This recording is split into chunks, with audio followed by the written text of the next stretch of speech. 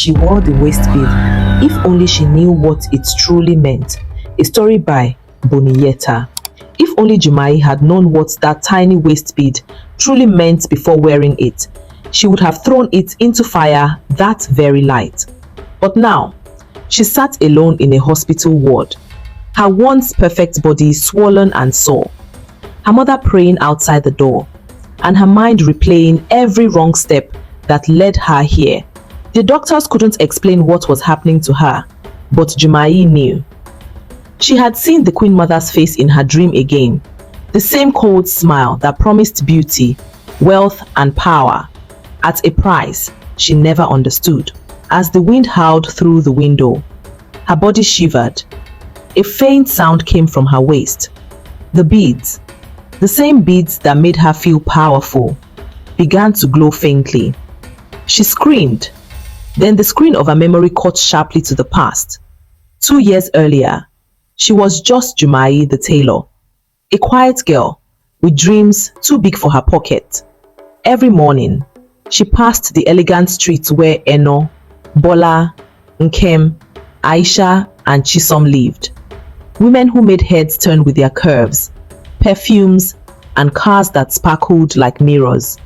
People said they were blessed. Others whispered they were bewitched. Jummai never cared. All she wanted was a chance to live like them, to escape her mother's small room and become somebody. That desire burned in her heart like a candle that refused to die. She had no idea that same desire would open the door to her downfall. 2 years earlier, Jummai was just a common girl in his just city, learning how to be a fashion designer. She sat in a small shop. The only sound was that of her sewing machine, and it was the only music in Jummai's small shop. Her fingers moved fast, stitching a dress she could never afford to wear. But that afternoon, destiny knocked, literally. A black Lexus parked outside her shop, and the scent of luxury filled the air. It was Eno, one of the street queens everyone whispered about. She walked in wearing a gold jumpsuit that hugged her like second skin. Her wrist heavy with diamonds. Every eye on the street turned. "Are you the tailor my friend talked about?" Eno asked, her voice smooth and commanding. Jummai nodded shyly. As Eno turned to check her reflection in the mirror, Jummai couldn't stop staring. Her beauty was unreal, too perfect, too glowing. Eno caught her gaze and smiled faintly. "You like what you see?" she asked. Jummai froze. Before she could answer, Eno dropped her card on the table. "Deliver this dress to my house tomorrow. Don't be late." That night, Jummai couldn't sleep. Her mother, Mama Rahila, was in the next room humming an old church song. But Jummai's mind was far away, already imagining herself in Eno's world, living large, driving cars, wearing designers, escaping the smell of sewing oil and frustration. Her heart told her it was just an opportunity, but her spirit whispered something else, a small warning she didn't understand. The next morning, she ironed her best dress, brushed her hair, and told her mother she was going to deliver a client's order. If only Mama Rahila had known that delivery would be the door Jummai was never meant to open. Jummai's heart pounded as she walked toward Eno's mansion. The sun glinted off the high walls, the driveway polished as if to reflect every dream Jummai had ever held. She carried the dress in her hands, but it felt heavy, weighted with more than fabric. It carried the first taste of a life she had only imagined. The gate opened and she stepped inside, swallowed by music, laughter, and lights brighter than the sun. Jummai had never seen so much luxury: crystal chandeliers, velvet sofas, sparkling champagne glasses. Eno waved her toward a group of women laughing near the pool. They all turned, eyes scanning her like a mix of curiosity and amusement. "Ah, you are the tailor," one of them said, her voice dripping confidence. "Come closer." It was Bola, tall and elegant, her jewelry clinking with every step. Jummai's fingers trembled as she handed over the dress. Eno leaned in, her voice low, but commanding. Do you like what you see? Jummai swallowed hard. Yes, she said, her eyes wide, drinking in the world she had dreamed of. Do you want this life? Eno asked again, a faint smirk curling her lips. Jummai didn't hesitate. Yes, I will do anything. The room fell silent. The women exchanged looks. Then Eno laughed softly, a sound that was both beautiful and dangerous. Everything in life has a price, little one. Even beauty, even wealth. Are you ready to pay? Jummai's knees went weak. She nodded, unaware of what that price truly meant. As she left the mansion that evening, carrying not just the dress but a spark of hope, the night air felt different, electric, alive, almost watching her every step. She didn't notice the faint glint of a small bead left on her hand by one of the women, almost as if it had chosen her. That night Jummai could not sleep. The bead Eno had given her, small and plain looking, lay against her skin, warm as if it had a heartbeat. She hesitated, then fastened it around her waist. Immediately, a strange chill ran down her spine. Her reflection in the mirror seemed different. Her eyes, normally soft, flickered with anticipation and fear. As she lay on her bed, sleep came over her like a river, pulling her under. She dreamed. A woman in white, glowing and powerful, appeared. Her presence radiated authority. I am Jezebel, the woman said, her voice echoing like a choir of bells. You wish to live the life you have seen. To walk among the rich, the powerful, the beautiful, you must pay the price. Jummai nodded, too stunned to speak. The woman's hand touched her forehead and suddenly, Jummai was atop a hill, overlooking a city of glittering lights and endless wealth. All this, Jezebel whispered, can be yours. But first, you must bring men to their knees. Only then will your life be complete. Suddenly, the dream shifted. She was in a dark place, dozens of men trapped in cages, sweating and groaning. Some she recognized, neighbors, classmates, strangers she had seen at the market. Panic rose in her chest. You will learn patience, obedience and cunning, Jezebel continued. Only then will you enter our circle. Your mother may pray for you, but do not let her stop you. Your path begins now. Jummai woke up, drenched in sweat, heart racing. She touched the bead and felt a strange power pulsing through her. This was no ordinary gift, and yet she was ready. Over the next weeks, Jummai changed. Her work at the tailoring shop began to suffer. She argued with her madam, refused tasks she once did dutifully, and began wearing bright makeup and bold dresses. Her mother noticed immediately. Jummai, what are you doing to yourself? This isn't the way of a woman of God. I have a chance for a better life, Jummai snapped. You don't understand. But Mama Rahila's voice held warning. There is a way that seems right, child, but the end is destruction. Jummai didn't listen. Her eyes were set on the world Eno and the others had shown her. She knocked on their door one evening, trembling with excitement. They welcomed her like a queen in training. You've had the dream, Eno said knowingly. Now it is time for your makeover. Physical, spiritual and social. Once this begins, there's no turning back. They took her inside. The women's laughter, the perfume, the red and black silk. It all felt intoxicating. Jummai allowed them to work on her. Hair, nails, clothing. She emerged unrecognizable, a new woman. Her mother screamed when she saw her. Ella, this is not my daughter. Who has done this to you? I am my own person now, Jummai shouted. She packed her few belongings and left, stepping fully into the glamorous, dangerous world she had prayed to join. That night, Jummai entered the secret gathering. The women wore red and black, their faces fierce, yet glowing with authority. Jezebel herself was there, smiling, guiding them. "This is our mission," one of the ladies whispered. "We collect wealth through men. But remember, never fall in love, never marry, and never break the rules. The Queen Mother watches all. Consequences are deadly." Jummai nodded, absorbing the rules. She felt both excitement and fear. The night blurred. Laughter, music, whispered plans. The bead pulsed against her skin. She realized this wasn't just about wealth or beauty, it was about power over life itself, and she was now a player in a dangerous game. Jummai's heart pounded as she followed Eno and the others to a popular club in Jos. The neon lights flashed, music thumping like a heartbeat. The women moved like predators, scanning the room, whispering among themselves. "This is your first test," Eno said, her eyes sharp. "Observe, learn, but do not fail."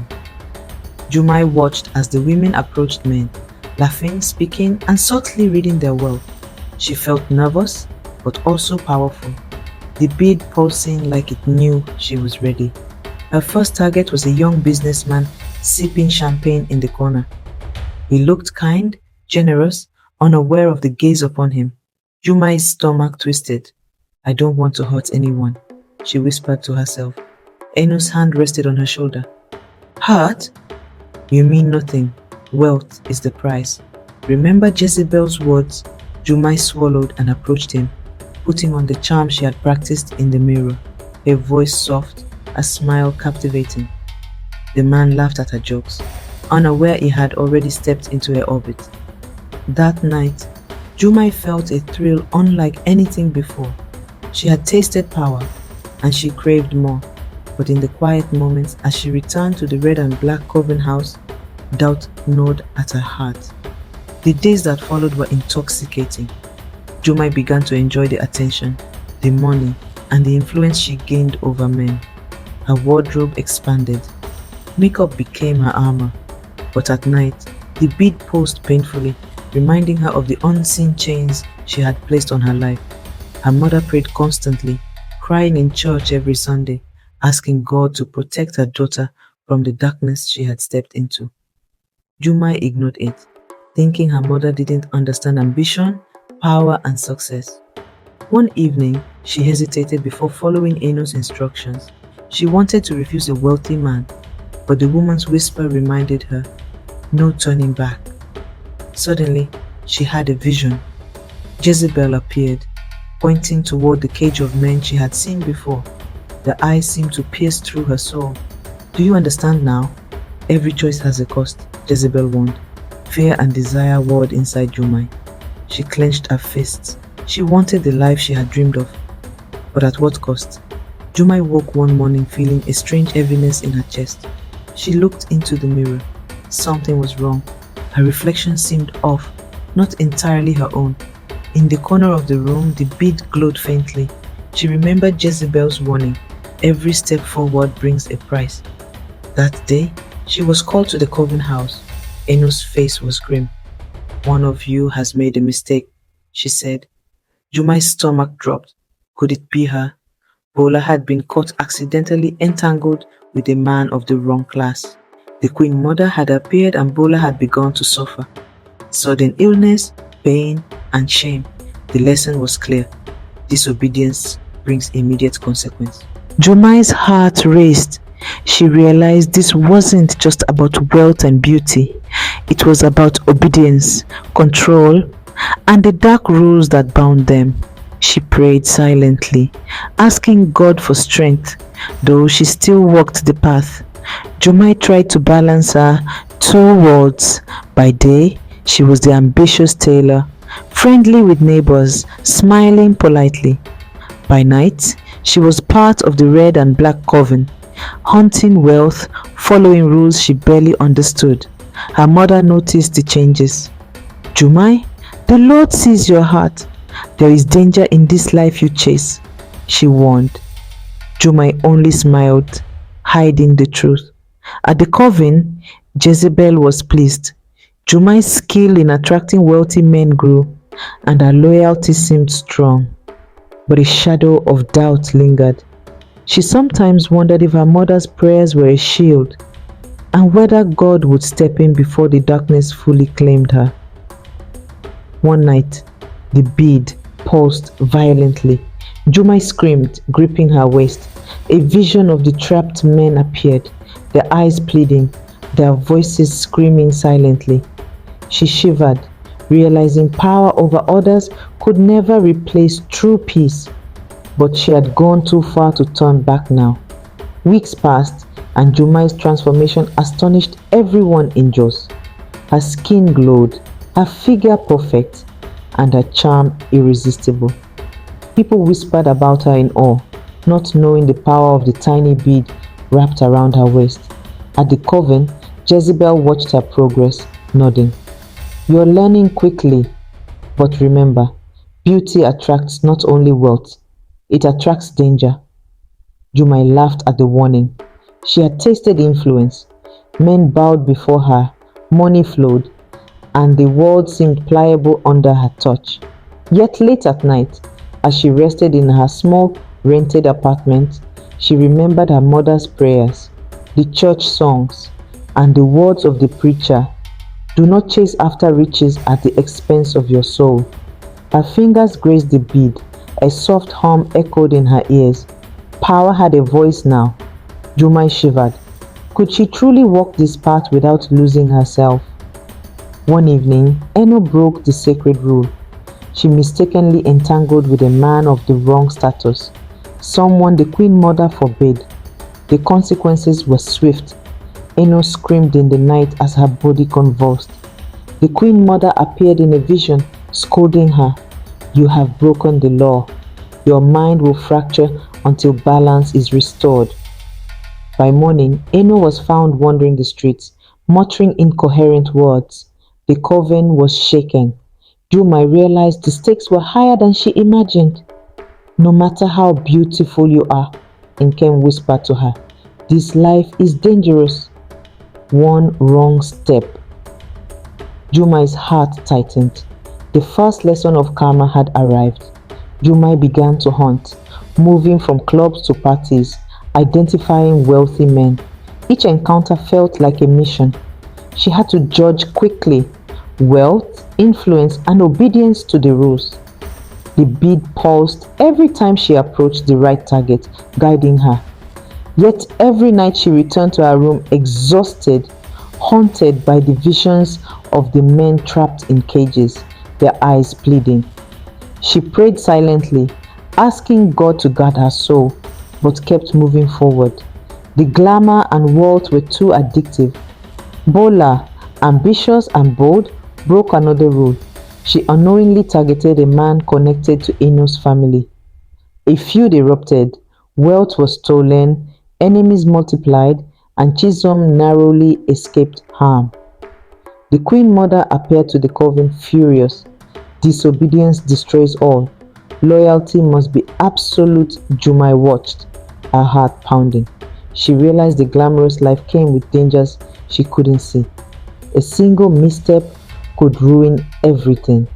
Despite the rules, Jummai began feeling something strange.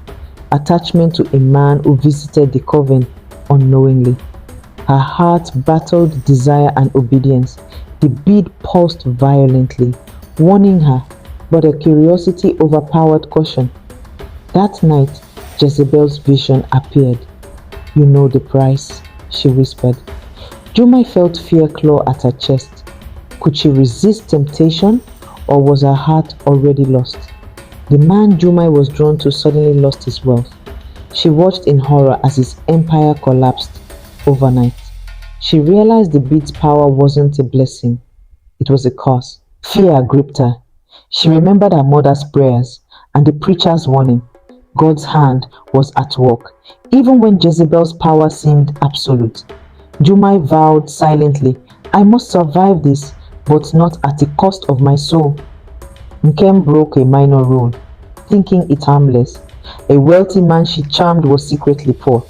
The Queen Mother appeared furious. Nkem's wealth vanished and she was left destitute. The coven trembled. Jummai began realizing that greed and ambition had limits, and even the beautiful could fall. By now, Jummai lived a double life, tailor by day, coven operative by night, she began questioning herself. She felt guilty seeing men's lives ruined while her mother prayed for her salvation. Her Christian conscience began stirring, whispering that true power was in faith, not wealth. Yet the bead paused, reminding her that living was impossible. Bola fell in love, breaking the rules. The Queen Mother punished her with a strange illness, leaving her confined to a hospital. The coven whispered about her fate.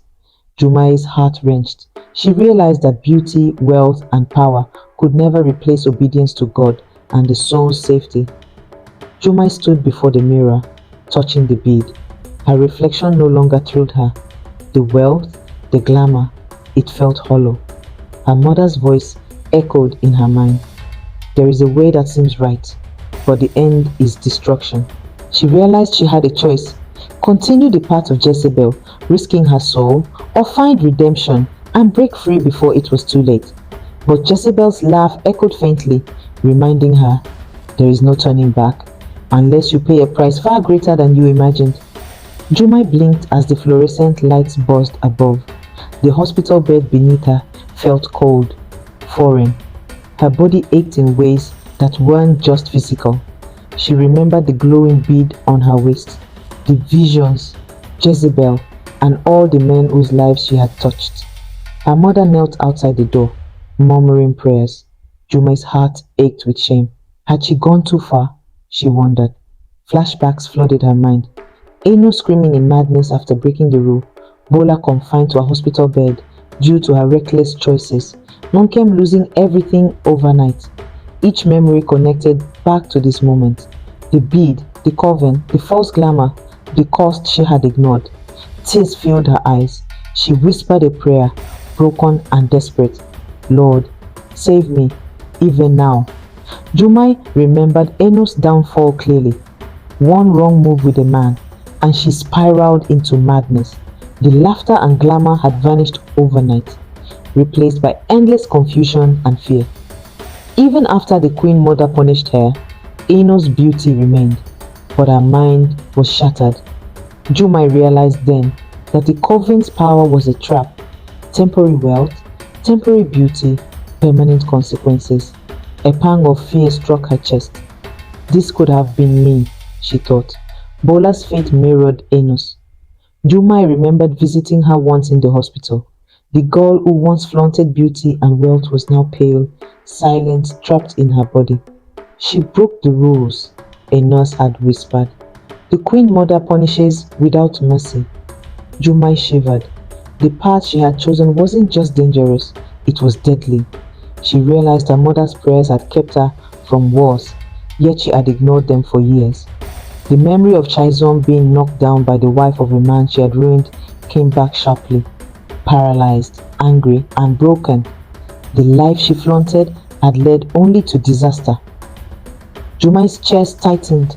The faces of all the coven women flashed in her mind, each one punished differently. She finally understood.